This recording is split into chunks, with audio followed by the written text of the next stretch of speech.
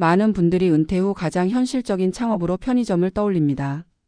특별한 기술이 없어도 되고, 본사 시스템이 다 해주고, 매출도 안정적일 것 같기 때문입니다.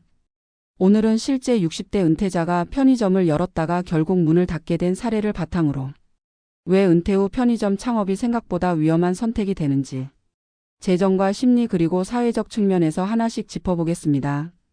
이분은 30년 넘게 직장 생활을 하고 퇴직금과 예금으로 약 2억 원을 마련했습니다.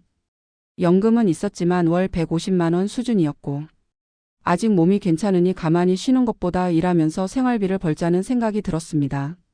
주변에서도 말했습니다. 요즘 편의점은 혼자서도 가능하다. 알바만 잘 쓰면 된다. 본사에서 다 알려준다. 그래서 상가를 계약하고 가맹비와 인테리어 비용을 지불하고 24시간 편의점을 열었습니다. 문제는 그 다음부터였습니다. 처음에는 손님이 많아 보였습니다. 매출도 하루 200만 원을 넘기는 날이 있었습니다.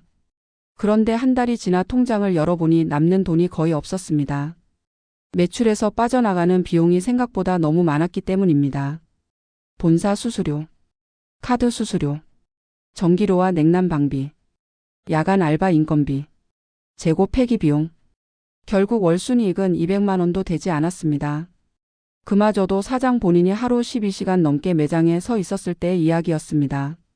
여기서 첫 번째 문제가 시작됩니다. 재정 문제입니다. 은퇴자의 편의점 수익은 노동소득에 가깝습니다. 내가 서지 않으면 수익이 줄어듭니다. 몸이 아프면 바로 적자가 됩니다. 연금은 고정적으로 들어오지만 편의점 수익은 변동성이 큽니다. 비 오는 날, 경쟁 매장이 생긴 날, 야간 알바가 갑자기 그만둔 날, 그 모든 변수가 바로 손실로 이어집니다. 두 번째는 심리적 문제입니다. 이분은 말합니다. 회사 다닐 때보다 더 불안했다고. 매일 새벽 매출 정산을 하면서 오늘은 왜 이렇게 적게 나왔는지, 내일은 더 떨어지면 어쩌는지, 잠들기 전까지 숫자가 머릿속에서 떠나지 않았다고 합니다. 은퇴 후에는 마음이 좀 편해질 줄 알았습니다. 그런데 오히려 책임은 더 커졌습니다. 회사에서는 월급이 나왔지만 여기서는 매출이 곧 생존이었기 때문입니다. 세 번째는 사회적 문제입니다. 편의점 사장은 하루 대부분을 매장에서 보냅니다. 아침 일찍 나와서 밤늦게까지 서 있습니다. 친구 모임은 자연스럽게 줄어듭니다. 가족 행사도 맞추기 어렵습니다. 주말과 명절은 더 바쁩니다. 사람을 만나는 일은 많아 보이지만 대부분은 계산대 앞에서 몇 초 마주치는 관계입니다. 깊은 대화도, 의미 있는 관계도 쌓이지 않습니다. 은퇴 후 가장 중요한 사회적 연결이 오히려 더 약해진 것입니다. 결정적인 순간은 건강 문제였습니다.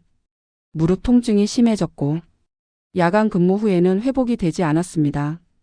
알바를 더 쓰자니 인건비가 감당이 안 됐고 직접 서자니 몸이 버티질 못했습니다.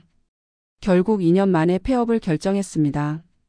권리금은 거의 받지 못했고 남은 것은 줄어든 자산과 깊은 허탈감이었습니다. 이 사례에서 중요한 교훈이 있습니다. 은퇴 후 창업은 수익 구조보다 생활 구조를 먼저 봐야 합니다. 얼마를 벌 수 있는지가 아니라 얼마나 오래 버틸 수 있는지입니다. 편의점은 은퇴자에게 안정적인 사업이 아니라 고강도 자영업에 가깝습니다. 젊은 시절의 체력과 멘탈을 기준으로 판단하면 노후에는 감당이 되지 않는 경우가 많습니다. 은퇴 후의 일은 돈을 벌기 위한 선택이기 전에 삶의 리듬과 건강과 관계를 지킬 수 있는 선택이어야 합니다. 오늘 이 이야기가 은퇴 후 창업을 고민하는 분들께 조금 더 현실적인 판단을 돕는 계기가 되길 바랍니다. 편의점 문을 닫은 뒤 이분이 가장 먼저 느낀 감정은 분노도 슬픔도 아니었다고 합니다. 허탈감이었습니다. 아무것도 남지 않았다는 느낌이었습니다. 통장 잔고는 줄어 있었고 몸은 이전보다 더 지쳐 있었고 무엇보다 스스로에 대한 확신이 무너져 있었습니다. 은퇴 후에도 나는 아직 할 수 있는 사람이란 생각으로 시작했는데 폐업이라는 결과 앞에서 그 믿음이 한순간에 무너졌다고 말합니다. 은퇴 후 창업이 어려운 이유는 단순히 수익이 적어서가 아닙니다. 문제는 실패했을 때 회복할 시간이 없다는 데 있습니다. 젊을 때의 실패는 경험이 됩니다. 다시 일할 시간이 있고 다시 벌 수 있는 체력이 있습니다. 하지만 60대 이후의 실패는 자산의 손실을 넘어 정체성의 손실로 이어집니다. 나는 이제 무엇을 할 수 있는 사람인가? 이 나이에 다시 어디서 시작할 수 있는가? 이 질문 앞에서 많은 은퇴자들이 무너집니다. 편의점 폐업 이후 이분은 한동안 집 밖으로 나가지 않았다고 합니다. 사람을 만나면 괜히 창업 이야기가 나올까 두려웠고 실패를 설명해야 하는 상황 자체가 부담이었기 때문입니다. 여기서 은퇴 후 창업의 또 다른 위험이 드러납니다. 사회적 고립입니다. 은퇴 전에는 회사라는 공동체가 있었습니다. 직책과 역할이 있었고 나를 필요로 하는 사람이 있었습니다. 하지만 은퇴 후 창업은 철저히 개인의 책임입니다. 잘 되면 내 덕이고 안 되면 전부 내 탓입니다. 실패를 함께 나눌 조직도 없고 과정을 이해해 줄 동료도 없습니다. 그래서 많은 은퇴자들이 창업 실패 이후 사람을 피합니다. 자존감이 흔들리기 때문입니다. 재정적으로도 후유증은 오래 남습니다. 편의점에 들어간 초기 비용은 대부분 회수하기 어렵습니다. 인테리어 비용은 남지 않고 권리금은 기대보다 훨씬 낮게 책정됩니다. 이렇게 줄어든 자산은 이후 노후 선택지를 제한합니다. 여행도 미루게 되고 취미도 줄이게 되고 병원비에 더 민감해집니다.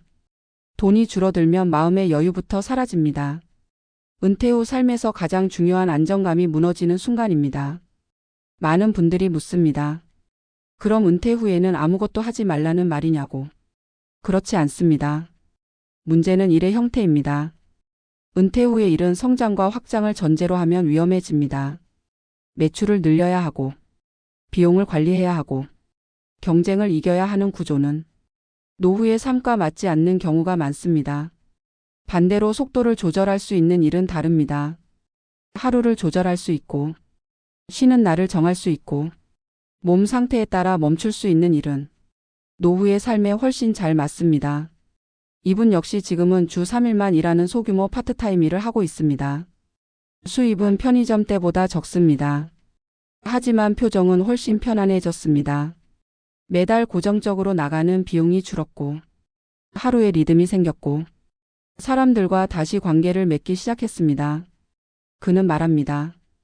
그때는 돈을 벌기 위해 일을 선택했지만 지금은 삶을 유지하기 위해 일을 선택한다고. 은퇴 후 가장 중요한 질문은 이것입니다. 얼마를 벌 수 있는가가 아니라 이 일을 하면서 나는 무너지지 않는가입니다. 체력이 버티는가? 마음이 잠들 수 있는가?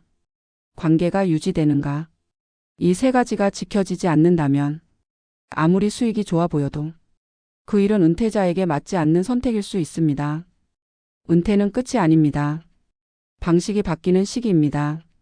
더 빨리 가는 삶이 아니라 더 오래 갈 수 있는 삶을 선택해야 하는 시점입니다.